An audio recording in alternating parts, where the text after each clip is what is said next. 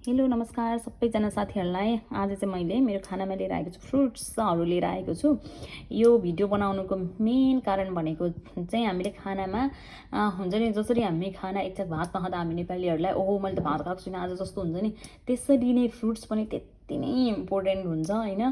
त्यही भएर चाहिँ हामीले फ्रुट्स ओहो आज मैले भात खाएको छुइनँ भने जसरी नै ओहो मैले आज फ्रुट्स खाएको छुइनँ भनेर खाऊँ।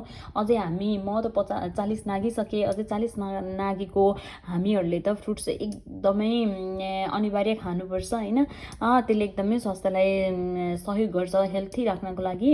अनि म चाहिँ पहिला मेरो एउटा कहानी भन्छु होइन। पहिला म चाहिँ युरोपमा मास्टर्स गरेको थिएँ अनि म 24-25 इयर्सको थिएँ मास्टर्स गर्दा। मेरो साथी पनि त्यस्तै थिए अनि ऊ चाहिँ तिब्बतको थिए। अनि उसले चाहिँ यसरी नै क्या, जस्तो अब आज राति हामी सँगै बस्थ्यौँ अनि राति आज फ्रुट्स खाएको छैन, ल बिर्स्यो, दिनभरि कता कता भयो बिजी अनि बिर्स्यो भने चाहिँ आएर ओहो मैले त आज फ्रुट्स खाएको छुइनँ, ओहो मैले त एक्सर्साइज गरेको छुइनँ भनेर गर्ने क्या। राति नै भए पनि अनि फ्रुट्स अलिकति जस्तो छ जे छ घरमा त्यही फ्रुट्स भए पनि खाने, टन्न यसरी नै काटेर अनि एक्सर्साइज पनि गर्ने। अनि मलाई चाहिँ लाग्थ्यो क्या गरे होला यो राति नसुतेर के डिस्टर्ब गरेर होला जस्तो लाग्थ्यो होइन।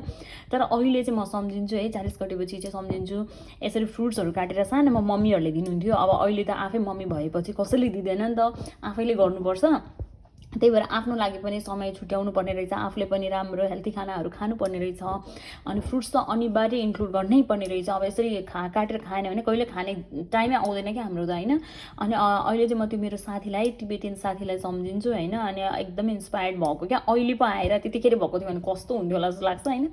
अनि अहिले चाहिँ अब म पनि उसले जसरी यसरी ओहो आज मैले खाएको छुइनँ फ्रुट्स भन्ने खाने, अनि एक्सर्साइज पनि ओहो मैले आज गरेको छुइनँ एक्सर्साइज, अब त एक्सर्साइज एकदम गर्नुपर्छ नत्र फेरि रोगले समातिहाल्यो भने त टेन्सन हुन्छ भनेर अनि एक्सर्साइज पनि गर्ने अनि फ्रुट्सहरू पनि खान थालेको छु।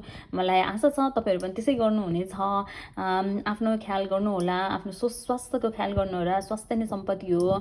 त्यही भएर ल त बाई, टेक केयर।